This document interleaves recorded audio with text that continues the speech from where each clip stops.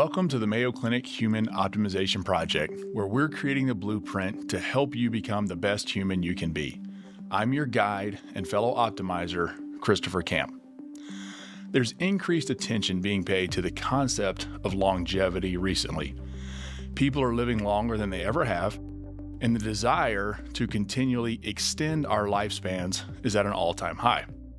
While much of the attention is being directed at how long we live, it's easy to overlook the importance of how well we live during those years. So how can we ensure that our years are not just long, but they're also very healthy? How can we optimize both the quantity as well as the quality of the years we have here on Earth? The title of our session today is Beyond Lifespan, the Pursuit of Healthspan and Vitality. Our expert guest today is Dr. Sara Bonnes. Dr. Bonnes is a professor of medicine and the medical director of the Healthy Longevity Clinic at Mayo Clinic. She is board certified in internal medicine and lifestyle medicine. She's been on staff at the Mayo Clinic since 2014 and continues to practice in general internal medicine, integrative medicine, and nutrition. Throughout her career, she's incorporated her nutrition and lifestyle medicine expertise into the care of patients with a wide variety of health concerns and interest in preventing chronic diseases. She's working with a multidisciplinary team, including dietitians, exercise specialists, pharmacists, resiliency experts, and researchers to run the Healthy Longevity Clinic that utilizes an individualized, patient-centered, evidence-based approach to healthy longevity. Dr. Bonnes, welcome to the Mayo Clinic Human Optimization Project. Thank you so much for having me. We're very excited to have you on. And as we always do, I'd like to start out by outlining our three big questions that'll kind of guide our discussion. So our three big questions today. The first one, what is longevity? And how does focusing on health span differ from simply trying to live longer? Second big question, what are the main areas in our lives that determine our health span? And then third, we'll start talking about some solutions and practical steps we can take. Our third question is, how can the average person incorporate practical lifestyle changes to support both a longer life and a better quality of life? Does that sound fair to you? Great. Looking forward to it. Good. Well, wonderful. Well, why don't we get started just with some simple definitions so we're all on the same page here. So maybe just the definition of longevity. So when you hear that word, what exactly does that term mean to you? Great question. And I start patient visits by saying healthy longevity means different things to everyone. So how can I help you with your goals? What many people are thinking of with longevity is really lifespan. How long between when we're born and when we die? And longevity is how long is that time frame? If we think back historically, the expected lifespan in the U.S. has continued to grow other than during the COVID pandemic. But now that we're mostly past that phase, we're starting to see incremental gains again. Okay. And now let's add an additional layer onto that with the term healthy longevity, or we also hear the word health span used commonly. Correct. Health span is the number of those years that we live in good health. And there's more and more work coming out that as we get older, we do tend to develop chronic diseases. Unfortunately, while lifespan, the number of years that we live, is getting longer, our health span, the number of years we live in good health in the U.S., is actually shortening. A publication within the last couple of months demonstrated that on average in the U.S., there's a 9.6-year gap between health span and lifespan. So many of us will be living almost 10 years or more with at least one, if not more, chronic medical conditions that impact our ability to do the things that we want to do and live the life that we enjoy. Okay, so I want to ask you first about the healthy years, and then I'm going to ask you about those last 10 years that you're talking about. So for the healthy years, some of this I think is obvious, but I still think it's worth stating. What are some of the obvious or maybe not so obvious benefits of living healthy longevity? Absolutely. And a lot as we focus on getting older is maintaining our independence and maintaining that ability to do the things that bring us joy and meaning in life, whether it's going on a walk with your kids, your family, your dog, being able to get out of the house and do those things. We think about frailty as we get older, and that's going to be impaired ability to get up and move around independently. Also, many of these diseases are associated with symptoms that impact how we feel. And so if you have heart disease and have chest pain, that's just unpleasant. Chronic pain can really detract from being able to feel like your best self and do what you want to do. Very good. That's helpful. So this is a topic that a lot of people talk about, and I think a lot of people think about. And anytime everybody starts thinking about something, it's very easy to get misconceptions thrown into the mix. So what are some of the most common misconceptions that you see around this topic of health span and healthy longevity? I was thinking about it this morning. I think sometimes we view life almost as a competition. It's not how long I live, but it's how we live overall together. And so it's not a one size fits all and I come out a winner and you come out a loser. The end game is the same for all of us. But it's what we do with those years, and what works for you to feel good and live your best life may not be the same for me. So how do we focus on those individual factors that give you the life you want for as long as possible and me the life I want for as long as possible? I think it is challenging. We often like to gamify things that we do, right? We like to keep score, keep up with our progress and track things. And I think that those can be helpful as a tool. But sometimes I worry that the game becomes the in and of itself. And we're trying to just get the best lab values or the best biomarkers or the best whatever, not actually thinking about, is that truly improving my life and is that helping me accomplish my goals? I think that we all fall into that trap really in all of these areas and spaces. Absolutely. And sometimes the things that are good for you can become a burden and a detriment if you feel too obligated to do them. And so going for a walk or a run should be an enjoyable experience and hopefully one to decrease stress and clear your mind, not something that gives you guilt if you didn't run as far or as fast as you wanted to. Mm-hmm. Great. And we'll talk more about this in the end when we start talking about actual solutions. But I think one of the things you're hinting at or foreshadowing is that we really have to spend some time thinking about what we want our healthy longevity to look like and our health span. How do we define that for ourselves? Because I think before we start to make changes, we need to make sure that those changes align with our goals and that we're very intentional about it rather than being passive about it. Absolutely. Having a purpose and having your values outlined to yourself make a huge difference in how you, well, part of how long you live, but also how well you feel during those years. Okay. Earlier you mentioned the discrepancy between our lifespan, how long we live, and what our health span is. So how many of our years are healthy? And you said on average that about 10 years are spent with some sort of chronic disease or problem. This whole emphasis on health span and healthy longevity, we're trying to live longer and we're trying to increase our number of healthy years. Does it improve the tail end for us, the back end? So another way of asking that, are we still going to have those 10 years of suffering no matter what, and we're just postponing it and we're doing that later? Or are we actually going to potentially improve the quality of those 10 years? Great question, and I think one that we're still figuring out. The idea with many of these diseases that we get as we get older are related to aging processes within the body. And so maintaining optimal health up until that time can change how those aging processes influence the diseases that we may or may not get. So the goal is really to try to shorten that time period where you're living with a chronic disease and live with that full vitality for as long as we can until we come to an end. Good.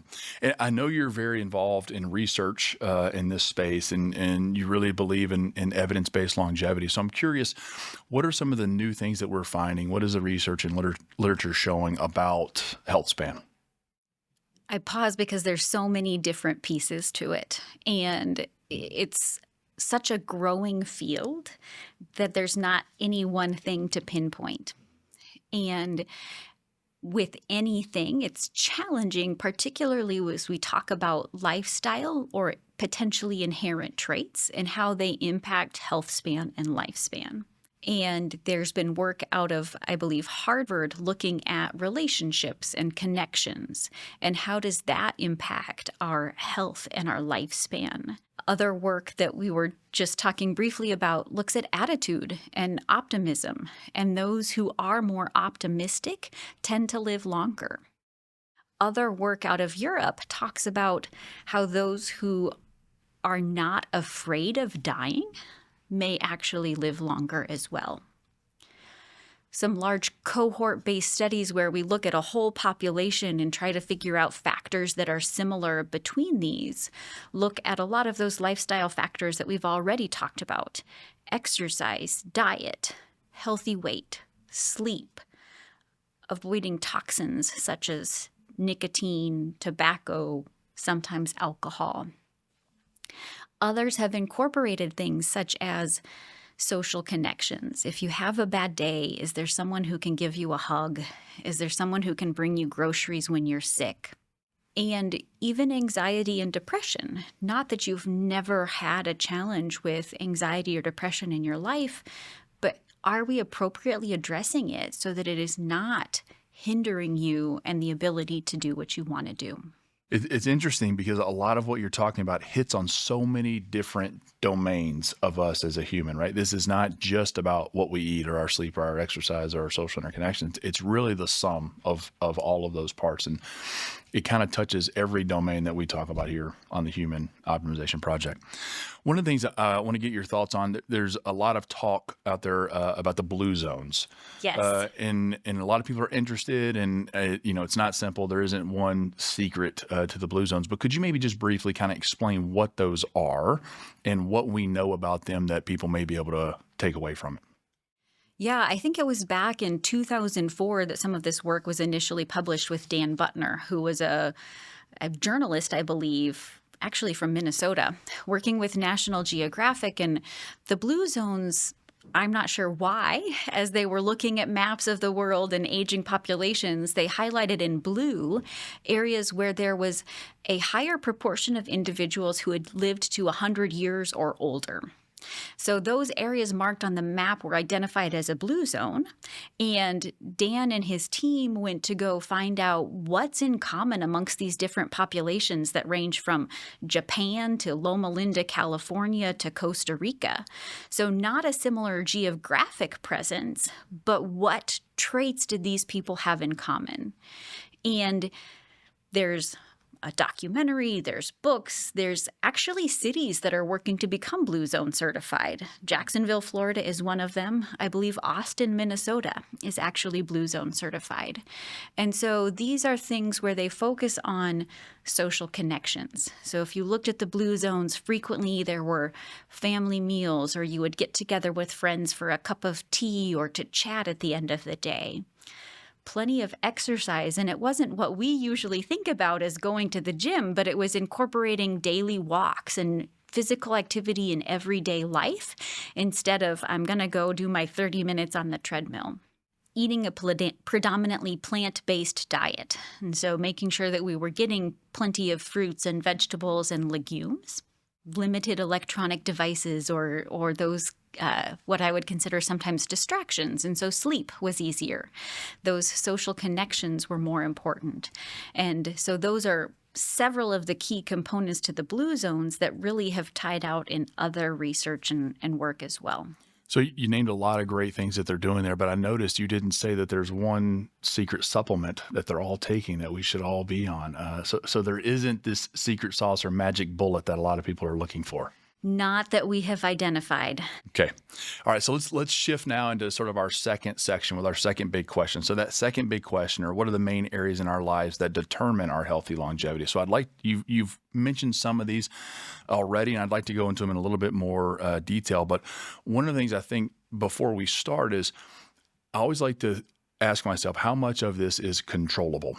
And so one of the questions I have about longevity is how much of that is determined by our genetics, which we have no control over, versus our lifestyle choices, which we have some control over. Absolutely. And in general, it's generally accepted that probably about 20% of our disease or aging may be related to genetics. Now, for certain individuals, that's going to be very different depending on if you inherited a particular genetic trait. But for most of us, even with certain inherited genes, we still have influence over whether those genes become active based on our lifestyle components. So the American Neurologic Association talks about life's simple seven, and they said that even with certain genetic predispositions to dementia, if we have a healthy weight, healthy cholesterol, healthy blood pressure, healthy diet, don't smoke, we can significantly reduce our chances of getting dementia in spite of some of the genes that we've inherited. Interesting. So the genetic component, I mean, it's different for each of us, but overall contributes a very small minority, roughly 20%, which I think is probably going to surprise a lot of people that that number is lower than I think a lot of people would expect. Correct. Conversely, I was last week in a session with Dr. Nir Barzilai from the Albert Einstein Institute, and he was talking about how in individuals where if you had a parent who made it to age 95 or older, you had significantly greater chance of making it to an older age without dementia, etc. So there's a big gray middle zone, but many of us have more influence than we think based on our personal choices. And I would imagine a lot of that is still, even within a family, is still a combination of genetic factors and lifestyle choices too, because oftentimes the lifestyle choices run in families as well. So certain families tend to sleep better, eat better, exercise more, have better social connections, and those sort of things too. So I think even in that family situations, still probably a mixed picture, both genetics and lifestyle choices. Correct. And I think there are even studies that talk about how the friends that you have influence your healthy traits or healthy actions as well. Okay, so let's run through some of the main pillars of longevity if we can. So what are some of the biggest categories that people should be thinking about in order to try to age as well as possible? And Dr. Camp, you already said there is no secret sauce. There doesn't seem to be a magic pill that covers all. And so really diving down into the different components, while many of us have heard it, we do need to really struggle to accept that a lot of it is influenced by what we eat, how we move, and not meaning do we just run or do we dance, but are we engaged in activity on a regular basis, whether it be walking or others. Sleep. I feel like we continue to move more and more to a 24/7 society, and people, I've heard them say, I'll sleep when I'm dead.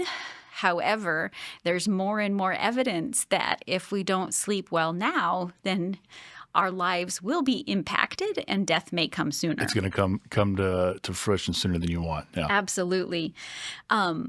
Social connections. And I think many of us have realized during the pandemic how much of a social group we as humans are. But that's really bearing out in the research as well, and having those relationships, loneliness. In spite of some of the electronic connections that we have, it's not the same as actually sitting down and talking with someone and having that real face-to-face connection. Stress. I think all of us could say that we have stress in our lives, and there's good stress in my mind and bad stress. And sometimes we need that game or deadline to say, I know I can do hard things and I can come through this and make this happen. And it helps us achieve that optimal performance. But there is a time when we cross that threshold and stress becomes so chronic that we never have time to let our bodies relax.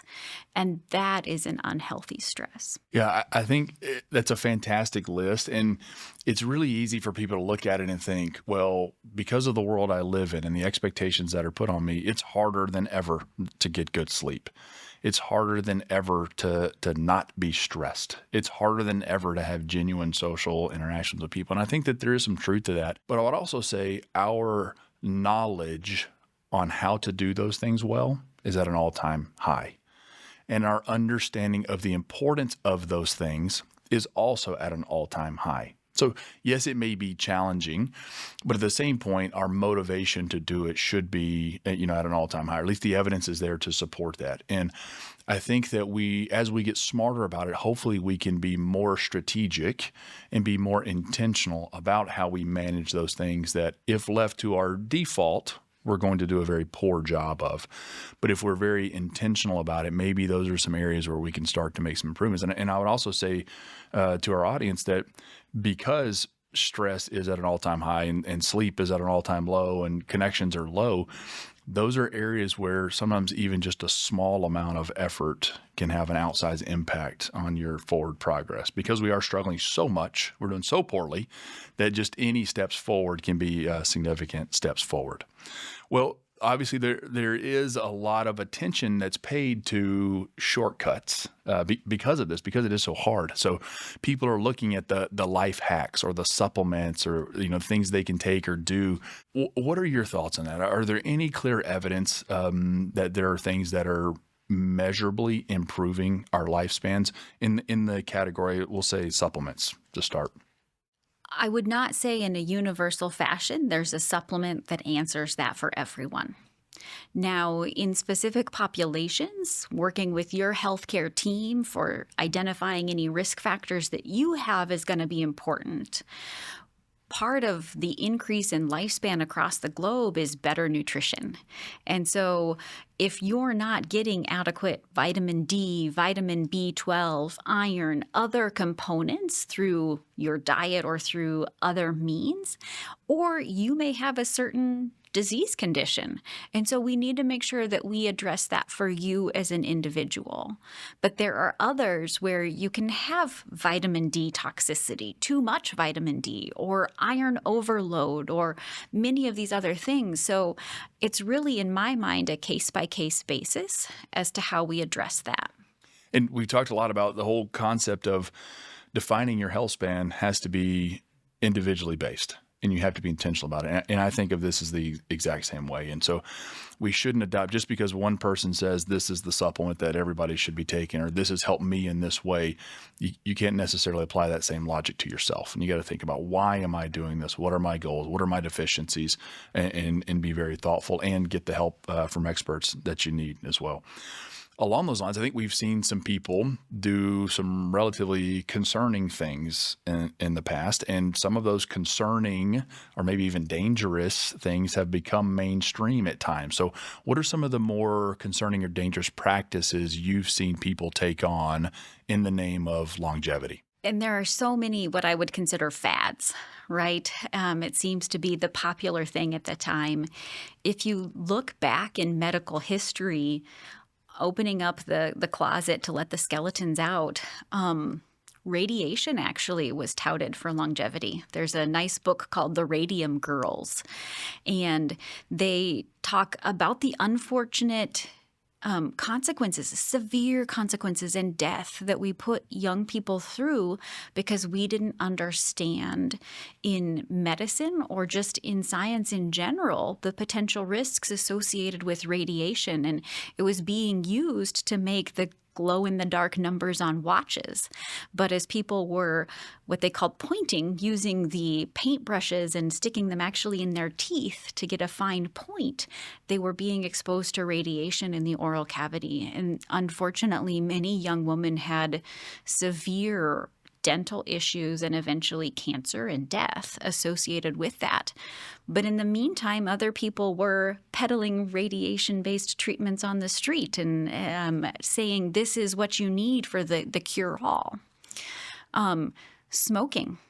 It wasn't that long ago that physicians may have actually encouraged women who they knew were at risk for high birth weight babies to smoke because we knew that it reduced fetal size. Now, there were a lot of other things we didn't understand at that time, but people promoted behaviors that we didn't realize the other consequences to. So, along those lines, and this may be an impossible question, what should be our burden of proof in order for us to believe something? It's hard because there's so much information coming at us, and everybody has some, gimmick to offer or thing to sell. That everybody trying to make a buck, and a lot of people are not disingenuous about this. They think they're genuinely trying to help people, but maybe don't have all the information. So, what do I need to do to look at something and make a decision of whether or not this thing is safe for me to take and pursue?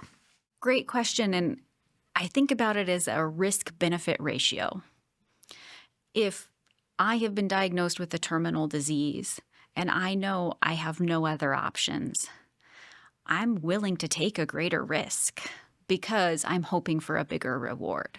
Fortunately, I'm not in that situation. I'm in pretty good health, and so my burden of proof for something that I'm going to take a risk on is much higher. The things that I look at are, if it was a study, was it done in humans? Animal metabolism is different than human metabolism. And so as we look at even vitamins, minerals, other things, how animals process those is different, let alone if we get to prescription medications or other supplements. And so I have reservations about translating evidence from a research study done in an animal model to that and how I will process it as a human. Similarly, I want to see that it's been done by more than one research team. Any research has inherent risk of bias or risk of misinterpreting the results, or maybe there's some unidentified thing with how that team did the study that we don't even realize is an important factor to how it plays out and those results that we get. So I like to see, has this been verified by more than one research team, more than one lab? And then I feel much more confident that this is a real, potentially actionable result. The other thing, are those patients similar to me? There's many population-based studies, and it's interesting as you look at risk. I was reading something about prostate cancer and how the risk of prostate cancer in men is much lower in certain Asian countries. But within 2 generations of moving to the U.S., the prostate cancer risk seems to grow similar to that of our general U.S. population. So what are those other things going on? Can I extrapolate from a different population, a different age, a different gender, other factors to my life? Because there's something going on a little bit different in all of us. And it's hard because I think if we apply that set of criteria to most of the things that are out there, most of them don't meet, they don't pass the sniff test. It's either there's no studies, or if they are, they're animal studies. If they have studies, it's only been done once. There's one study that showed some benefit, and it's in a patient population that's different than who I am. So it can be really challenging. In your mind, though, are there some things that have passed those tests? Or what are some of the treatments or supplements or strategies that are out there that we do have good evidence for at increasing our health span? Absolutely. And again, it gets to nuanced populations.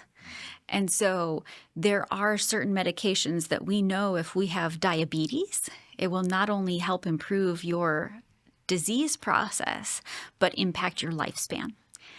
I can't extrapolate that, though, into patients without diabetes because I don't know what the difference is. It's also hard, and there's a lot of critique of nutrition-related research that we don't have randomized controlled trials. And so what that is that I take a population and I say, A, you're going to eat a Mediterranean diet. B, you're going to eat a vegetarian diet. C, you're going to eat the standard American diet, and then have them do that for years and years. Believe it or not, people don't follow dietary advice that great. Really? Yeah. And Shocker. so Yeah. It's really hard to randomize people to follow a pattern that you're not going to inherently follow. And so as we look at larger cohort-based studies, that's what we are looking at with a large population, and then say, you lived long, what did you do? And how do we think that those things contributed? So that's what we're looking at more with the blue zones. Or there was a publication in the journal Circulation in 2018 that looked at National Health and Nutrition Examination Survey data.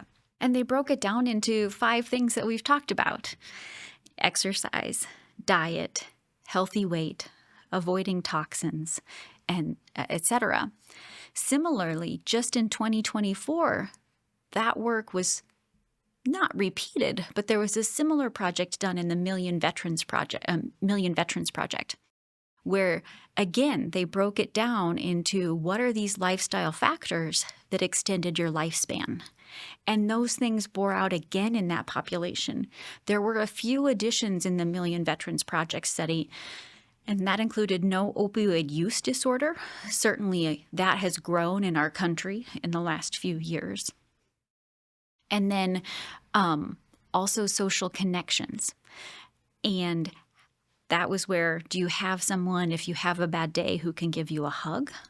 But also no anxiety or depression, or at least that those have been treated.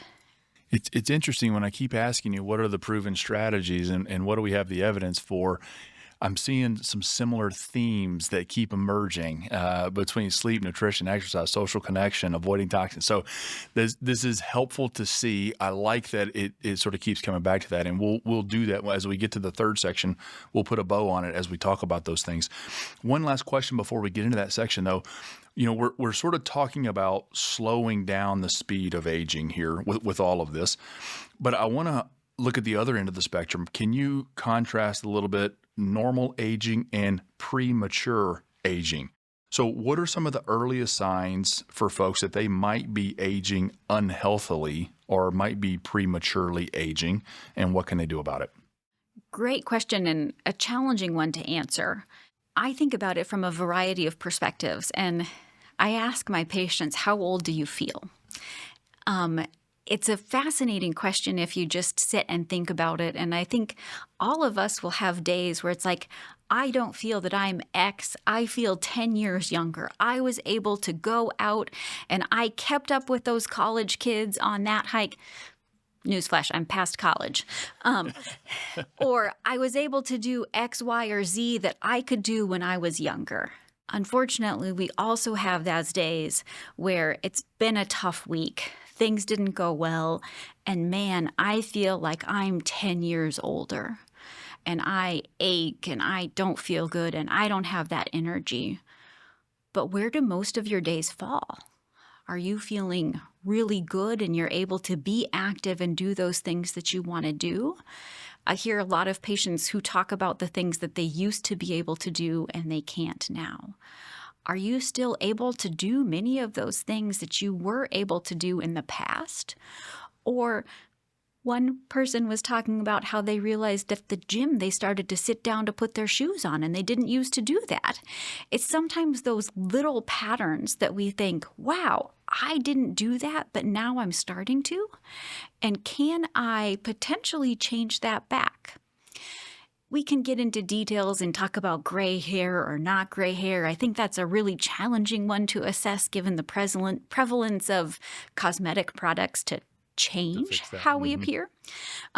Skin aging, and there's studies that look even at facial recognition and how much we have aged in our faces. I think they looked at the presidents, and most of them appear significantly older after their presidential term. But we have a lot of products that we can use topically for that as well. But pay attention to those little things that you have taken pride in doing, and can you still do that? Or has that changed? Also, blood pressure. Is your blood pressure up? Is your blood sugar up? What sort of metabolic changes have we had that have happened that we should potentially intervene on and try to return to a healthier metabolic state? That's great. As you're calling that list off, a lot of those things sounded pretty familiar to me, actually. And one of the things I'll add to that list actually is I've noticed in the last few years intermittently I'm making what my kids have referred to as old man noises when I go to get up off the ground, or if I've been sitting in a car for a long time and I get out and they're like, "What? Why'd you make that noise?" And I don't even realize. I'm like, "Oh, I didn't. Yeah, I did just make a noise, a grunt or a groan or something. I didn't used to do that." So there are some clues out there, and I'm definitely starting to pick up on it. So let's jump into our third section here. Where we're going to try to start talking about some solutions and actionable things that people can do. First, I think it's helpful to talk about setting appropriate goals. And I think this needs to be individualized, but I want to get your thought. Is it okay for me to say that I want to live to be 200 or I want to live forever? Or is it better for us to focus more on short term things now and not necessarily worry about that part of it? My leaning is to focus on the short term. And you can certainly have a long term goal, but there's so much that we can't control between now and then. And getting to that exercise or these other things should be an enjoyable, pleasurable experience, not a chore. I think if we set some of these goals that are unlikely to be achievable, sometimes the punishment we put ourselves through if we are not living up to our expectations can take a significant detriment. It was interesting talking with Dr. Jim Kirkland, who recently moved from Mayo out to California. He said, "I've never met a patient who's 80 who wants to live to 200. It's the younger individuals who set those goals without realizing what those other things seem to look like." And so whatever your aspirational goal is, I'm not opposed to it. But I think it's those shorter term things that are practical that we can have those successes in our mind. I did this. I can do this, that are motivating to continue on that path. That's very well said. And I think in addition to focusing on the short term, people also have to realize that doing these things, it's not just to make your life better later. All of these changes improve your quality of life now. So you often hear people say, well, I'm doing this so that when I am 80, I won't have these problems. And that's true. And that's good. But you'd also realize that now at 40 or 50 or 30 or wherever you are, if you do that, it's also going to make your current decade better than your last decade. So I think that can be helpful, and that's also more encouraging too. You know, we enjoy a little bit of instant gratification as humans. So I think I know what you're going to say, but what are some of the key areas you would recommend people need to focus on as they pursue healthy longevity? I really think it's a take an inventory of yourself and see where you're at. What's practical? What are your weaknesses? I can certainly acknowledge the areas where I can continue to grow, but for each of us, it's a little bit different. Just because you're eating a vegetarian diet doesn't mean you're eating a healthy vegetarian diet. Or maybe it's really challenging to get up and move or go for a walk. Or maybe you know that your sleep isn't optimal. So I think it's for each of us individually. It may even be, as we've talked about this, that I need to do a better job of taking my prescription medications. I need to work to control the diseases that I do have to try to improve my overall health. And what about screening? Right now, it seems like there are nearly an infinite number of different tests and scans and blood work and all of these things that we can be doing. Is there a set of sort of basic things that you recommend everybody does, or is this completely up to the individual? So going back to my background as an internist, I think there is still strong evidence that we should follow up with our physicians or our healthcare professionals on a regular basis and do our standard screenings. I don't think that anything has replaced the importance of cervical cancer screening or breast cancer screening for women. Colon cancer screening, certainly we're starting to see more younger individuals who are getting that unfortunate disease. We're still trying to figure out what are the optimal ways to screen for prostate cancer or pancreatic cancer or many others. There's a lot of work going on with multi-cancer blood detection tests, and they're showing promise. Some of them are clinically available, but they don't replace the things that we already have established. Certainly that blood pressure check, because of the association with cardiovascular disease or stroke, cholesterol. There are some more advanced biomarkers looking for risk of cardiovascular disease that may be relevant for you as an individual. If we want to do more advanced testing, you can get on a treadmill and measure carbon dioxide production and oxygen use with a VO2 max, and that may be helpful. But I don't think that's necessarily the right test for everyone. There's a lot of work going on with biological clocks. And so using different blood markers or proteins or different components in your blood work to say, you were born in 1975, but your blood work looks like you were born in 1985. So you're, quote, younger than your chronologic age. The challenge is these are spot checks. And so some places have found that if patients are on medications to treat a disease and their numbers look better, it reverts back to as if they didn't have the disease at all. And maybe that means that these medicines are doing what they are, and we have truly reversed some of those negative consequences of that disease, but maybe not. And so there's a lot of question about what is the right clock, because if you use a different biological clock on the same individual at the same time, you may come up with a different biological age. But also, what do we do with those results? Now, if you say my biological age demonstrated that I'm 10 years older and I know I'm not sleeping and I'm not exercising and I need to eat less fast food, and it's a motivation to change some of those factors that we can control, that may be a great use for you. But others who don't want to participate in the birthday party and have the piece of cake because it may influence their biological clock, it may not be the best use of that.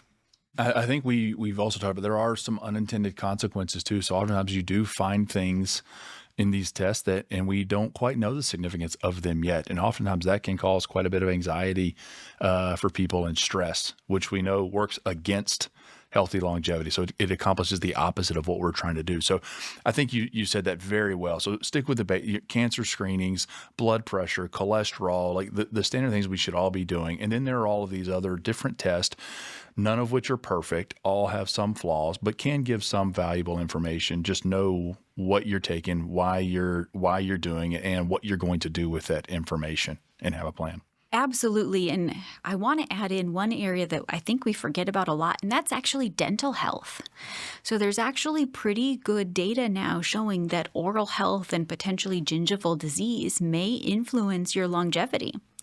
And potentially it's microbiome, gut oral microbiome, et cetera. We're not entirely sure, but see your healthcare professional team, which should include a dentist, making sure that you're brushing, flossing, and vaccinations.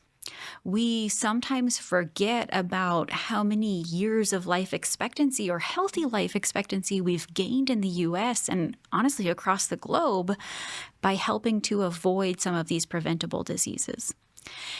There's starting to be interesting population-based data about the shingles vaccine and how it may actually help reduce the risk of dementia. Or there was a study today looking at a different shingles vaccine and reduced risk of cardiovascular disease. So it's unclear. These have not borne out my repeated time and again by more than one group strategy of evidence-based, but it's things to pay attention to, because by preventing diseases that may cause inflammation or other unintended consequences, we're probably having more impact on health span and lifespan than we anticipated. So the more time we can spend being healthy now and avoiding disease now, the better that's going to pay off for us in the long term. In a lot general, of ways to accomplish yes. that. Excellent. Okay. So let's do a couple. I want some of your top lists here, okay? So first, I want you to give me your thoughts on the top things people should eliminate from their lives if they want to pursue a path toward healthy longevity. What do we need to cut out? Great question. If you use tobacco products, smoking, chewing, I would actually include vaping, Okay. but cut out any of those tobacco-related products. Similarly, other toxins. We're starting to learn more about the potential impact of air pollution or other contaminants that may influence our health and risk of developing certain chronic diseases. Would you put alcohol in that category as well? Alcohol is a tough one. Some of those initial studies included regular wine. More and more data is suggesting that less alcohol and potentially no alcohol is best. What else? What are some other things that we need to be eliminating? More and more data is showing that processed foods are not good for us, and eating more processed food is associated with a variety of metabolic conditions and reduced health span. So what is processed food? Great question. There is not a standard definition. But as we think about the spectrum, an apple is going to be better than 100% apple juice, which is going to be better than an apple fruit roll-up or apple pie. Very good. We can't eliminate electronic devices, but I think considering how we incorporate them in a healthy way and maybe eliminate our reliance on them at times, or at least limit our interaction with them so that we can prioritize other things as well. Very well said. I love it. Okay, that's a excellent list of things to eliminate. Now let's take the opposite stance. What's your list of top things we should be adding to our lives if we want to pursue this path towards healthy longevity? Movement. And when I say movement, it's not really that you have to go to the gym and exercise on the treadmill, but getting up and walking.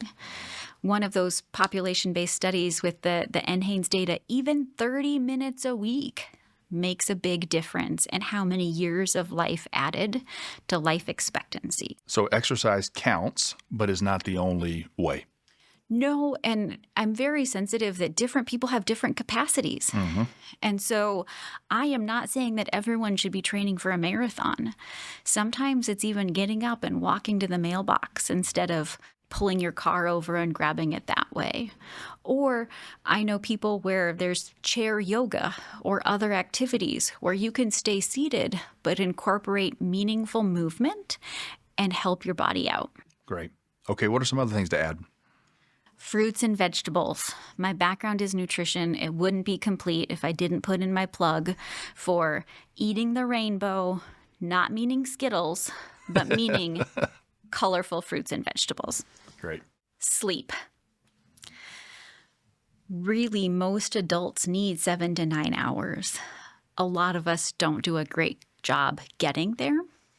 And so rethinking what are priorities, what are those stressors that I put on myself, those things that I said yes to that maybe I should reconsider so that I can actually prioritize myself, my health, and my sleep.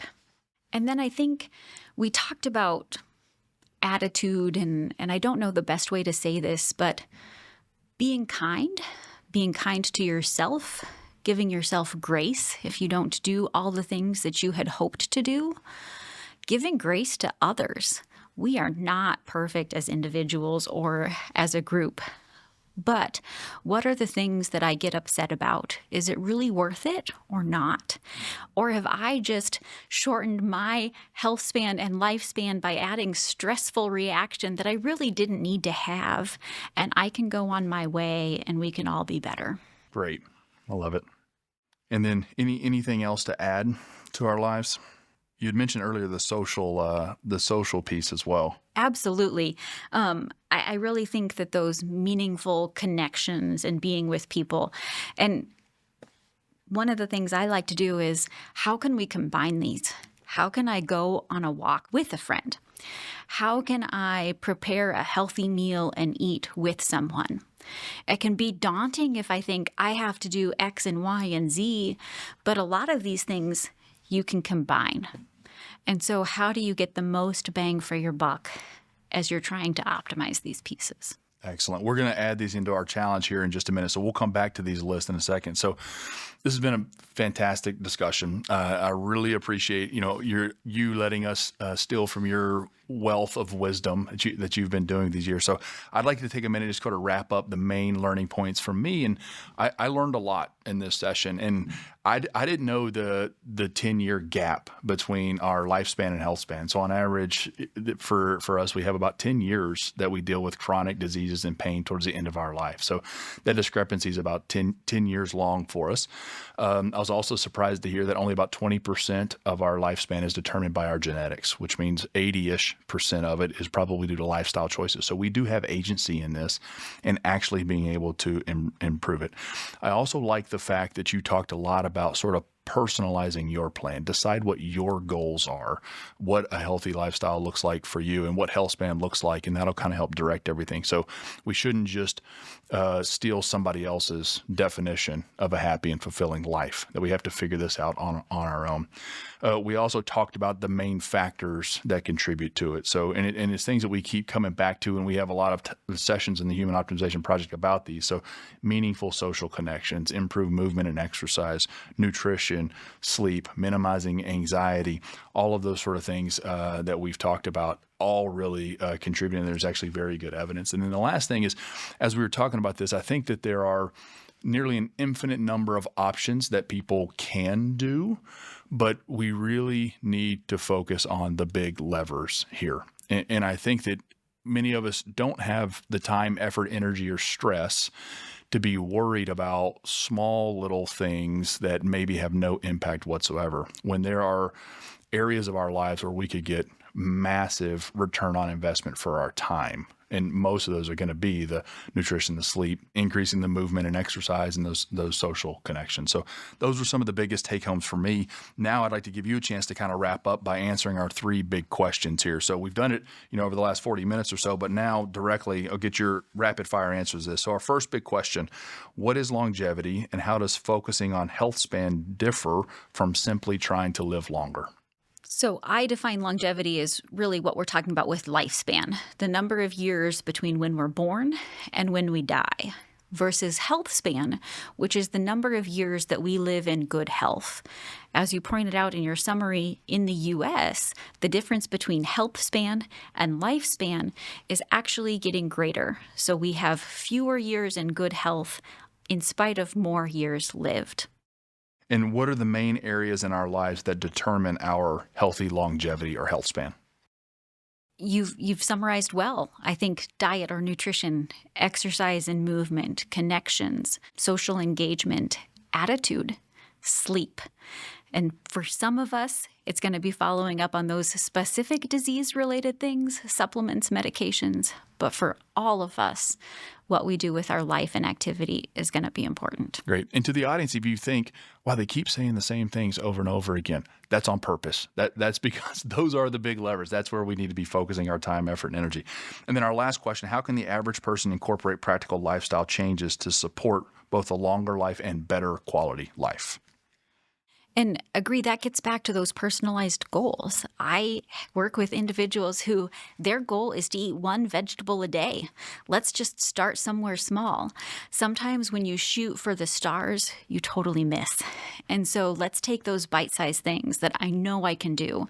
I may not be exercising, but I can at least walk, get up and move around during commercial breaks on TV, but those are even going away with all the subscription services. But figure out those little ways that you can make small change and continue to add to it. Wonderful.